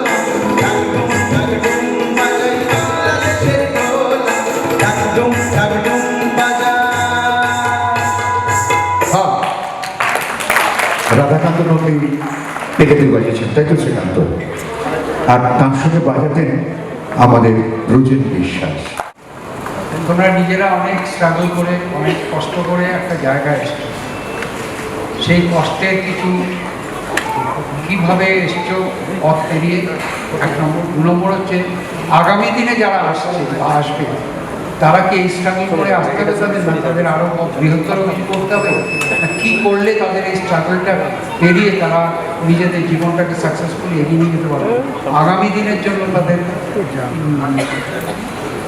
অ্যাডভাইস এটা যদি এটা এরকম করে নয়, এটা এরকম করে নয় যে একজন করে বললো নন, মানে এটা শ্রীকান্ত লিড করতে পারে না। এখানে আমার মনে হয় যে শ্রীকুমারদা রয়েছেন তোমাদের সিনিয়র। এখানে শ্রীকুমারদা যদি প্রথমে বলেন সব থেকে ভালো হয়। আমরা প্রত্যেকে নিজেদের পার্সোনাল কথা একবার বলতে পারি। অরিন্দম রয়েছে, ও আমাদের অরিন্দম, শ্রীরাধা, ওরা সবাই সিনিয়র আমাদের। সত্যি কথা বলতে গানের জগৎ ওরা অনেক ডেফিনেটলি ভালো বলবে। শ্রীকুমার কিছু বলবে কি? 45 বছরের পুরনো বন্ধু, মানে আমার জীবনের বহু অঘটন এমনই ঘটেছে যে আমার সামনে দাঁড়াবার কোনো অবস্থা ছিল না। ও আসেনি পর্যন্ত, মুখ দেখাতে পারিনি, এমন যে আমার জীবনের অঘটন, তার সাক্ষীও। আমি কি বলছি যে আমার খুব পুরনো সঙ্গী যারা শ্রীকান্ত, ও জানে। জোজো তখন খুব ছোট, মা বাবা আমার খুব বিশেষ বন্ধু ছিল। ওর বাড়িতে আমার খুব যাতায়াত ছিল, মায়ের কাছে আড্ডা। আর আমরা যারা, বিশেষ করে একটি কথা বলি, নিজের ইচ্ছা অনুসারে বিবাহ করেছি, তার মধ্যে চন্দন আমি একজন। এইসব ব্যক্তিগত কথা বলার দরকার কি? বলতে দাও, তুমি অন্য কথা বলো না, মা মুশকিল কথা। এই সময় থেকে শুরু হলো এটাই স্ট্রাগল। এটি স্ট্রাগল কেন আমি আপনাকে বলছি। আমার বাবা ধরে রাখুন রামকুমার চট্টোপাধ্যায়, ওর বাবা রবি রায় চৌধুরী। সেই সময় কাজ পাওয়া, বা আমি একজন গাইয়ে, ও একজন মিউজিক ডিরেক্টর বা সিনথেসাইজার প্লেয়ার, আমাদের নিজেদেরকে এস্টাবলিশ করাটাই ভয়ঙ্কর কাণ্ড হয়ে গেছে। ও তুমি রবি রায় চৌধুরী ছেলে, ও তুমি রামকুমার ছেলে, এইটা বেরোনো খুব মুশকিল। আমার এমন দিন গেছে, বাবার নিচে বসে ইনভেরিয়েন্ট একটা লুঙ্গি আর উল্টো গেঞ্জি, শুনে দেখো, উল্টো গেঞ্জি পরে আমার কাছে হয়তো এক ভদ্রলোক এসেছেন অনুষ্ঠান কন্ট্রাক্ট করবার জন্যে, বাবার নিচে বসে চুরুট খাচ্ছেন। বাবার সঙ্গে কথা টথা বলে অ্যাডভান্স করে দিয়ে সে চলে গেল। আমার কাছে আমার দিক পর্যন্ত এগোলো না। তেমনি রবি রায়চৌধুরীকে পেরিয়ে চন্দন রায়চৌধুরীর কাজ পাওয়া একটা ভয়ঙ্কর ব্যাপার ছিল। একটা লোক, একজন ভদ্রলোকের কাছে আমরা দুজনেই গিয়ে এক সময় পৌঁছেছিলাম। অল ইন্ডিয়া রেডিও তখন গল্প দাদুর আসল করতেন ভদ্রলোক, তার নাম জয়ন্ত চৌধুরী। জয়ন্ত চৌধুরী ভেবে দেখুন, তখনকার দিনে শুনে রাখতে হবে, চারটে গান আমাদের রেকর্ড করবো, 600 টাকা আমাদের দেওয়া হবে, including musician, including musician, artist payment, তার থেকে আমরা বাঁচাবো নিজেদের টাকা। আমার মনে আছে 4টে গানে রাধাকান্ত নন্দীর মতো লোককে আমি পেমেন্ট করছি 100 টাকা। আমার বললে 10 টাকা ট্যাক্সি ভাড়া একটু দিবি না। এই সময়টায় চন্দন আর আমি, ভাবতে পারবেন না, আমার বুক ভরে যাচ্ছে। আপনারা বোধহয় কার্ডটা পড়েছেন, আমার চোখে জল আসছে। আমি চন্দনকে ফোন করলাম যে এত সুন্দর লেখাটা কে লিখেছে? বললো বুলবুল লিখেছে, মেড ফর ইচ আদার। আমি ঈশ্বরের কাছে প্রার্থনা করি, ঈশ্বর বিশ্বাসী মানুষ, এইটুকু বলে যাই, ওরা যেন ভালো থাকে। Thank you. আমি কিন্তু আজও স্ট্রাগল করে চলেছি এই কারণ আমি সারা জীবনে আমার অভিনয় জীবন ছাড়াও সঙ্গীত জীবনে আমার প্রথম মাইকের সামনে দাঁড়াই, তার সুরকার ছিলেন শ্রদ্ধেয় নচিকেতা ঘোষ। তারপরে আমার জীবনের প্রথম প্লেব্যাক, তার সুরকার ছিলেন শ্রদ্ধেয় সতীনাথ মুখোপাধ্যায়। এবারে কিন্তু আমার জীবনে সব থেকে বেশি গান আমি যার সুরে গেয়েছি সেটা হচ্ছে চন্দন রায়চৌধুরী। কিন্তু স্ট্রাগলটা কেন বলছি, আমি এখনো করে চলেছি যে সেই গানে আমি গানগুলো গেয়েছি যেখানে নয় আমি গানগুলো লিখেছি, নয় আমি তাতে অভিনয় করেছি, নয় আমি পরিচালনা করেছি, এরকম একটা কিছু ব্যাপারে চন্দন রায়চৌধুরীর গান সুরে আমি গেয়েছি। কিন্তু চন্দন রায়চৌধুরী আমাকে এমনি কখনো গাওয়াইনি, তো সেই জন্যই বলছি স্ট্রাগলটা এখনো। এই একটা সুযোগ পেয়েছে, দিয়ে দিল আমাকে। হ্যাঁ, আমার একদিক থেকে আমার সৌভাগ্যও বটে, কারণ চন্দনদার সুরে আমি যে গান করেছি সেইগুলো না ঠিক আনলাইক চন্দনদা, একদম অন্য ধরনের গান। তার মধ্যে বহু গান একদিন বাড়িতে বসে, এই জাস্ট কদিন আগেই একটা কাজে গেছিলাম চন্দনদার বাড়িতে, তখন বৌদি হঠাৎ এলেন। বৌদির সঙ্গে আমার আগে সেরকমভাবে অত আলাপ ছিল না, যদিও চন্দনদার সঙ্গে আলাপ বহু বছরের। তো তখন আমি বৌদিকে কিছু চন্দনদার অন্যরকম সুরের গান শোনালাম, বলে এগুলো কি চন্দন ও সুর করেছে? হ্যাঁ, মানে কতখানি আন্ডার এস্টিমেট। হ্যাঁ, তো আজকে আমি সেই একটি গান, একটি টেলিফিল্মে আমি অভিনয় করেছিলাম। সেই টেলিফিল্মটার নাম হচ্ছে অন্তর্জ্যোতি বলে। সেটাতে 33টা গান ছিল।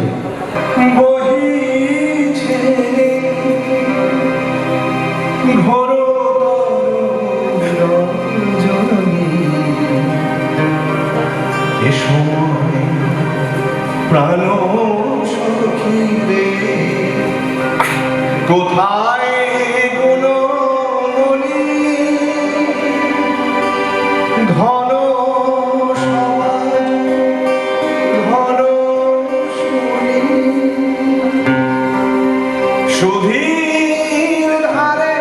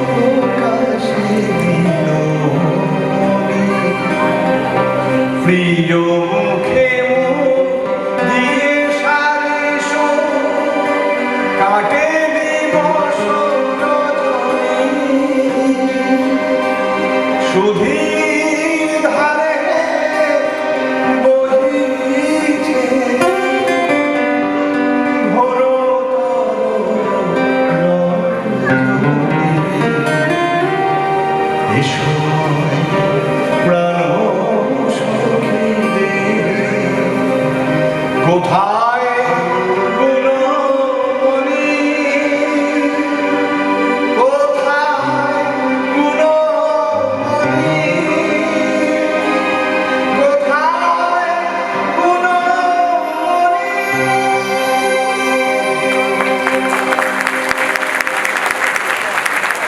গান মনে রেখেছো, এই তো আমি ভাবতেই পারছি না যে এরপরে আমার একজন প্রিয় শিল্পী, যাকে আমি আশা করছি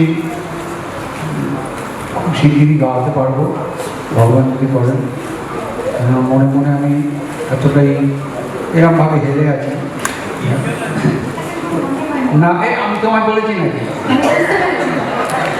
যাই হোক, শ্রেয়াদাকে আমি দু এক শব্দ বলতে বলছি আগামী দিনের ছেলে মেয়েদের জন্য, এবং আমার প্রিয় একটি গান গাও, আমার প্রিয় সঙ্গীত পরিচালক মদন মোহন, তার যদি কোনো একটা, যদি অন্তত একটু মুখরা একটা অন্তত ছোট্ট করে গাইতে পারে।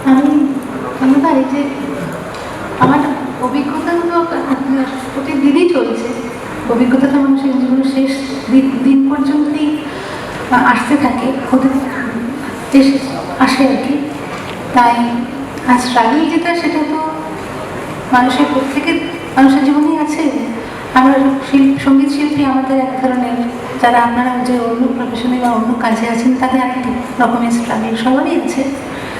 তাই স্ট্রাগলটাকে ভয় করার কিছু নেই, ভয় করলে চলবেও না। আর আমার জীবনে আসলে গানটা এমনভাবেই আছে যে আমি কোনোদিন কিছু ভাবিনি যে আমাকে এটা পেতে হবে, এটা আমাকে এইভাবে গান গাইতে হবে, কারো কাছে গানের জন্য দরবার করতে হবে, কখনো আজ পর্যন্ত সেই ভাবনাটা মাথায় স্থান দিইনি। আমি খালি গান ভালোবাসি অন্তর থেকে, আমার সাধনার জায়গা থেকে যেভাবে চেষ্টা করে গেছি, এখনও প্রতিদিনই চেষ্টা করি যখন কাজ করতে বসি কীভাবে একটু ভালো গাওয়া যায়। আর আগামী দিনে যারা আছে তাদের শুভেচ্ছা আমার, কিন্তু একটাই অনুরোধ যে তারা গানটা যেন ভালোভাবে শেখেন। কোনো মানে ইউটিউব থেকে যে গান শিখে তারা আসেন, বেশিরভাগ তাদের সুযোগ হয়, তা আমরা যাদের পেয়েছিলাম গানের জগতে সুনীল দাশগুপ্তদের মতো মানুষদের পেয়েছিলাম, সেটা তো এখন তারা তো কেউ নেই। সুতরাং এখন যারা আছেন আপনাদের মাথার উপর গুরু, তাদের কাছ থেকে ঠিক মতো প্রশিক্ষণ নিন, আর কিছু আশা করবেন না। যদি ফলের আগে থেকেই ফলের আশা করেন তাহলে হয়তো দুঃখিত হতে হবে, কিন্তু যদি ফল ভালো হয়, শিক্ষা ভালো হয়, নিশ্চয়ই হবে। মানে শিক্ষা ভালো হলে আশা করুন ফল ভালো হবে, এই আর কি।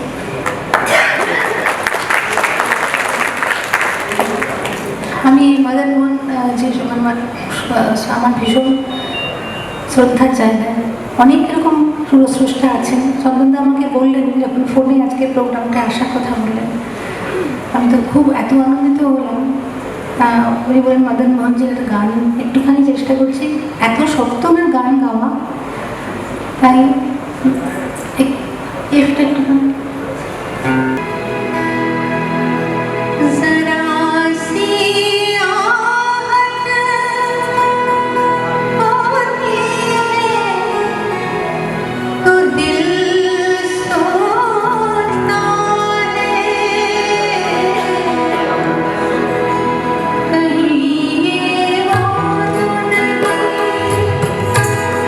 कहीं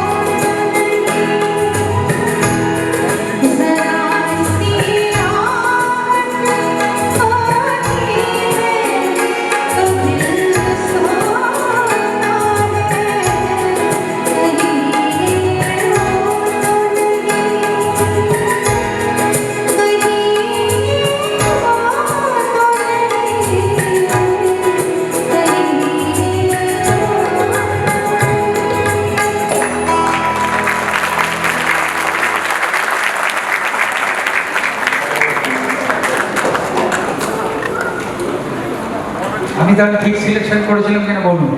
অসাধারণ একটা গান শোনা গেল কিনা? আমার কান মিথ্যে বলে না। আচ্ছা, এবার আমি, দাদা আপনি কি কিছু বলবেন? আপনার যদি দু লাইন কিছু যদি বলেন, আর দু লাইন সঙ্গে যদি শোনান। না, এখন শ্রীরাধা গান নিয়ে ফেলিস তো, আর এখানে এখন গান গাওয়া যাবে না। না না না, হ্যাঁ একদম। আরেকটা কাহিনী হলো, যাওয়ার আগে শ্রীরাধা বললো যে আরেকটা যাওয়ার আগে এই তোমাকে ফাঁসাবার চেষ্টা করতে কিন্তু তার আগে আমি একটা কথা বলবো। আমি মানে একটা গান একটু রিকালেক্ট করার চেষ্টা করবো, সেটা চন্দনদারই সাহায্য করবো। কিন্তু চন্দনদা যে দুটো পয়েন্ট আমাদের সামনে রেখে আমাদেরকে এখানে বসালেন, এই মঞ্চের উপরে রাখলেন, আমি সেই দুটো পয়েন্টকে একটু হালকা করে ছুঁয়ে যেতে চাই। প্রত্যেকেই নিজের কথা বলেছেন, শ্রীকুমার দাও বলেছেন, শ্রীরাধাও বলল। ওদের কথাগুলো বিশেষ প্রণিধানযোগ্য বলে আমার মনে হয়। যে আমার মনে হয়, আমি বিশ্বাস করি যে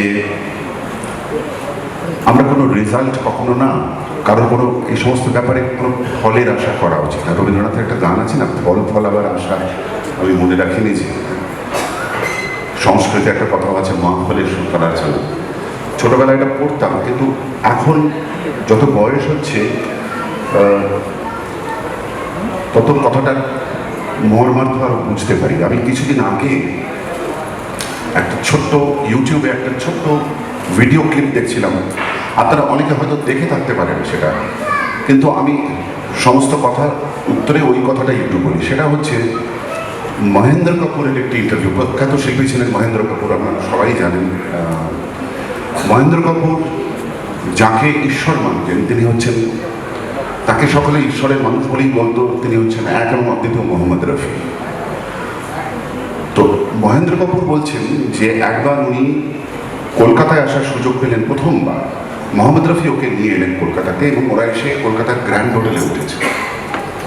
বলছে আমরা সন্ধ্যাবেলা বিকেলবেলায় এসেছি, আমাদের রাত্রিবেলা প্রোগ্রাম, তো আমরা সব রেডি হয়ে বসে আছি, কিন্তু কেউ রফি সাহেবকে নিতে আসছে। তো মহেন্দ্র বাবু বলছেন যে আমি একটু ভেতরে ভেতরে একটু উদ্বিগ্ন হয়ে পড়ছি, আমার একটু রাগও হচ্ছে যে কারা অর্গানাইজার। মোহাম্মদ রফি রেডি হয়ে বসে আছেন, তিনি প্রোগ্রামে যাবেন, অথচ তাকে কেউ নিতে আসছে না। কিন্তু মহেন্দ্রবাবু বলছেন যে আমি দেখছি রফি সাহেবের মধ্যে কোনো তাপ উত্তাপ নেই, উনি একদম শান্ত। তো এবার উনি খানিকক্ষণ পরে মহেন্দ্রবাবুকে বলছেন যে চলো আমরা একটু বারান্দায় গিয়ে দাঁড়াই। তো বলছে আমরা দুজন গিয়ে বারান্দায় দাঁড়ালাম। মোহাম্মদ রফি বারান্দায় দাঁড়িয়ে ওপরে উন্মুক্ত আকাশ, বলছেন দেখ বেটা क्या ये कुदरत का क्या करिश्मा है, ये आसमान, ये तारे झलक रही है। তো মহেন্দ্র কাপুর বলছেন যে উনি এই কথাগুলো বলছেন, অথচ ওনার প্রোগ্রামে যাওয়ার কথা উনি এই সমস্ত মধ্যে বিভোর হয়ে আছে। তো তখন মহেন্দ্র কাপুর রফি সাহেবকে বলতে গেছেন যে রফি সাহেব দেরি হয়ে যাচ্ছে, কেউ নিতে আসছে না। তখন নাকি রফি সাহেব ঘুরে মহেন্দ্র কাপুরকে বলেন যে বেটা তেরা উস্তাদ তুঝকো তেরে কো কুছ নেই সিখায়া, একটা কথা শুনে রাখ,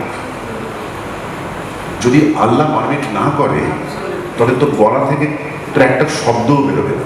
যখন আসবে মনে প্রাণে বিশ্বাস, হ্যাঁ, যখন সময় আসবে তখন তুই বলবি, যখন সময় আসবে না তুই বলতে পারবি না। উনি এই কথাটা বলছেন যে আবার আল্লাহ না করে তো তেরা গলে সে থুক ভি নেই দিবে। হ্যাঁ, কি সাংঘাতিক কথা। মানে এটা আমি এই ঘটনাটা বললাম যে এটার ভেতরে একটা মূল্যবোধের জায়গা আছে, একটা ভ্যালুর কথা আছে, একটা অ্যাটিটিউডের কথা আছে। এইটাই দরকার। আমরা অনেক কিছু দেখছি, অনেক কিছু শুনছি এখন, কিন্তু যখন শ্রীকুমারদার গান শুনছি, যখন শ্রীরাধার গান শুনছি, যখন অরিন্দমের গান শুনছি, আমরা সকলে গান শুনছি ওদের, আমরা না ওদের ভেতরে, ওরা সবাই আমার থেকে সিনিয়র, কিন্তু গান বাজনার ব্যাপারে ওরা আমার থেকে অনেক সিনিয়র। কিন্তু আমি যখন অরিন্দমকে শুনি, আমি যখন শ্রীরাধাকে শুনি, আমি যখন শ্রীকুমারদাকে শুনি, তখন শুধু ওদেরই শুনি না, আমি ওদের ভেতর দিয়ে একটা ট্র্যাডিশনকেও দেখি, যে ওরা কোন জায়গা থেকে আসছে, কাদের কাছ থেকে শিক্ষা নিয়ে ওরা এসছে এখানে। এবং খুব বড় কথা, প্রত্যেকটা গানের ভেতরে কিন্তু ওদের সেই ট্র্যাডিশন, সেই সব কিছুর প্রতি ওদের যে ভেতরে মাথাটা নিচু আছে, সেটা ওদের প্রত্যেকের গানের ভেতর দিয়ে বুঝিয়ে দিচ্ছে। সেটা এইটাই দরকার হবে, আমার ভীষণভাবে এটা মনে হয়। এটুকু যদি আমরা নিজেদের মধ্যে নিতে পারি না, তাহলে সব কিছু হয়ে যাবে। আর আদারওয়াইজ মানে এই সকাল থেকে উঠে হোয়াটসঅ্যাপ যে গান আসছে হোয়াটসঅ্যাপে, বলছে দাদা একজন পাঠাচ্ছে, বলছে দাদা এটা গেয়ে দিন সুপার হিট হয়ে যাবে। হ্যাঁ, মানে যে পাঠাচ্ছে তার কনফিডেন্স আকাশচুম্বী, মানে সে গান রেকর্ড হওয়ার আগেই বলছে যে ওটা হিট হয়ে যাবে, রাইট? ঠিক যখন এটা পড়ি তখন তার পাশাপাশি হেমন্ত মুখোপাধ্যায়ের একটা সাক্ষাৎকার মনে পড়ে, যে হেমন্ত মুখোপাধ্যায়কে একটা সাক্ষাৎকারে সব শেষে জিজ্ঞেস করা হচ্ছে যে আপনার কোনো ভেতরে ভয় কাজ করে? তখন বলছে করে না, প্রত্যেকদিন করে। তখন বলছে কেন? বলছে হ্যাঁ, প্রত্যেকদিন যখন রাত্রে শুতে যাই তখন মনে হয় যে আজকেও কিন্তু লোকে গান শুনলো আমার, কালকে শুনবে তো। কত বড় কথা। হ্যাঁ, তারপরে পা দুটো মাটির উপরে রয়েছে। হ্যাঁ, অর্থাৎ আজকে যেটা করলাম সেটাকে আমার 100% আমি করে ফেললাম। কালকে আবার যখন আসবে, আবার একটা গানের সুযোগ আসবে, তখন আমি 100% দিয়ে দেবো। সুতরাং এই অ্যাটিটিউডটা যেন আমাদের ভেতরে থাকে, আর কিছু প্রয়োজন হবে। এই ব্যাপারে পরের প্রজন্ম,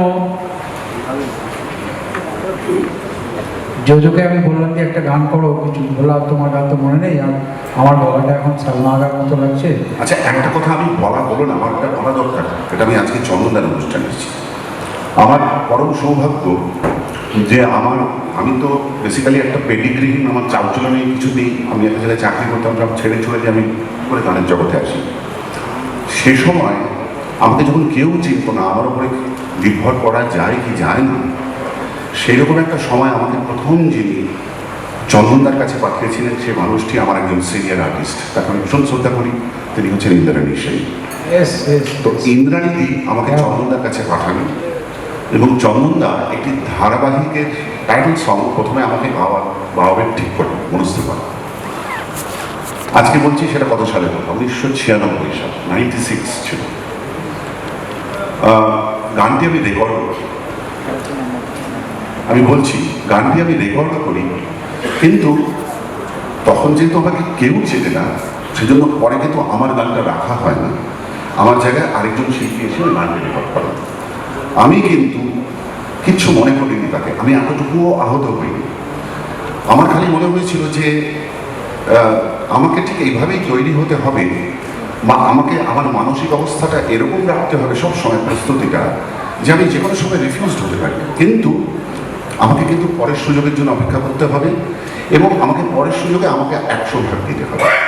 আমার অনেক সৌভাগ্য যে চন্দনদা আমাকে তারপরেও আমাকে দিয়ে অনেক কাজ করিয়েছেন, টেলিভিশনের অনেক ছোটোখাটো সিরিয়াল, বড় অনেক কিছুর জন্য সেই চন্দনদাই আমাকে দিয়েছেন। এবং আমি চন্দনদাকে সবসময় চেষ্টা করেছি যে চন্দনদাকে কীভাবে, আমি যখন স্টুডিওতে যাব তখন আমার একটাই লক্ষ্য থাকবে, চন্দনদা যেটা চাইছেন আমার কাছ থেকে সেটা আমি যেন 101% দিতে পারি। কোনোদিন পেরেছি, কোনোদিন পারিনি, কিন্তু যেটা পেয়েছি সবসময় চন্দনদার কাছ থেকে, তার প্রশ্রয়, তার স্নেহ, তার থেকে বড় পাওয়া আর কিছু হতে পারে না। এইটুকুই আমার বলা আছে। অসংখ্য ধন্যবাদ, অসংখ্য ধন্যবাদ। যোজো, তুমি কি বলবে বলছিলে সালমান হয়ে? কিছু কি কথা বলবে বলছিলে, একটু বলো।